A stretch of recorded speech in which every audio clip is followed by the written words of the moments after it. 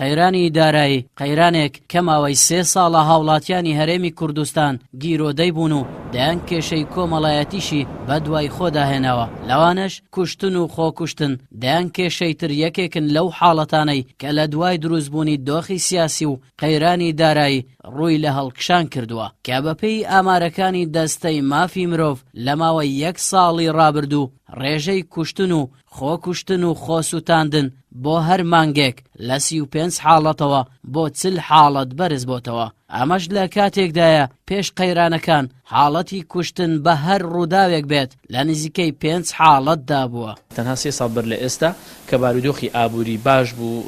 ڕۆژی موچە باش بوو بینیمان کە ئاسایشی کۆمەلگا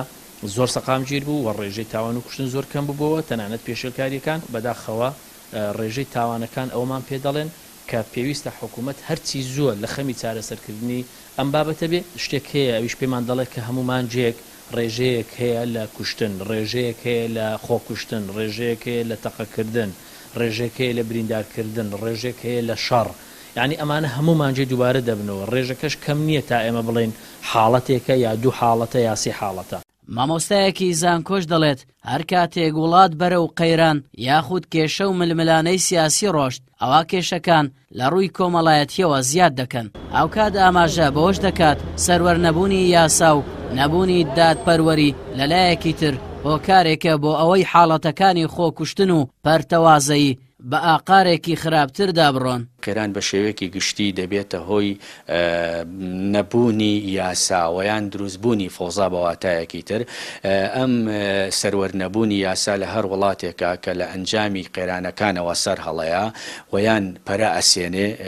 نەئارامی لێ ئەکەوێتەوە و هەروەها لێ نەپیچینەوەی یاسایی لێ ئەکەوێتەوە. لەو ساڵانەی دواییە بەهۆی بڵین پەککەوتنی دام و دەستگاکان لە هەرێمی کوردستان بە هەموو جۆرەکانیەوەیان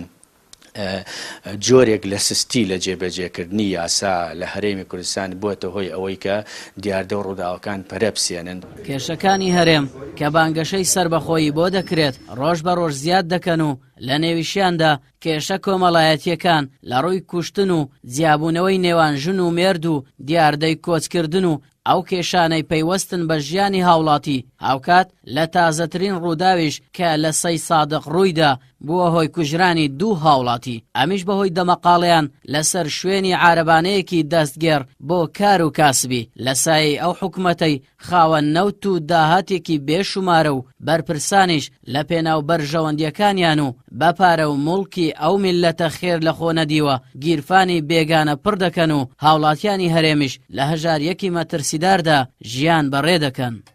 ئاراس عەزیز کەناڵی پێیام هەولێر.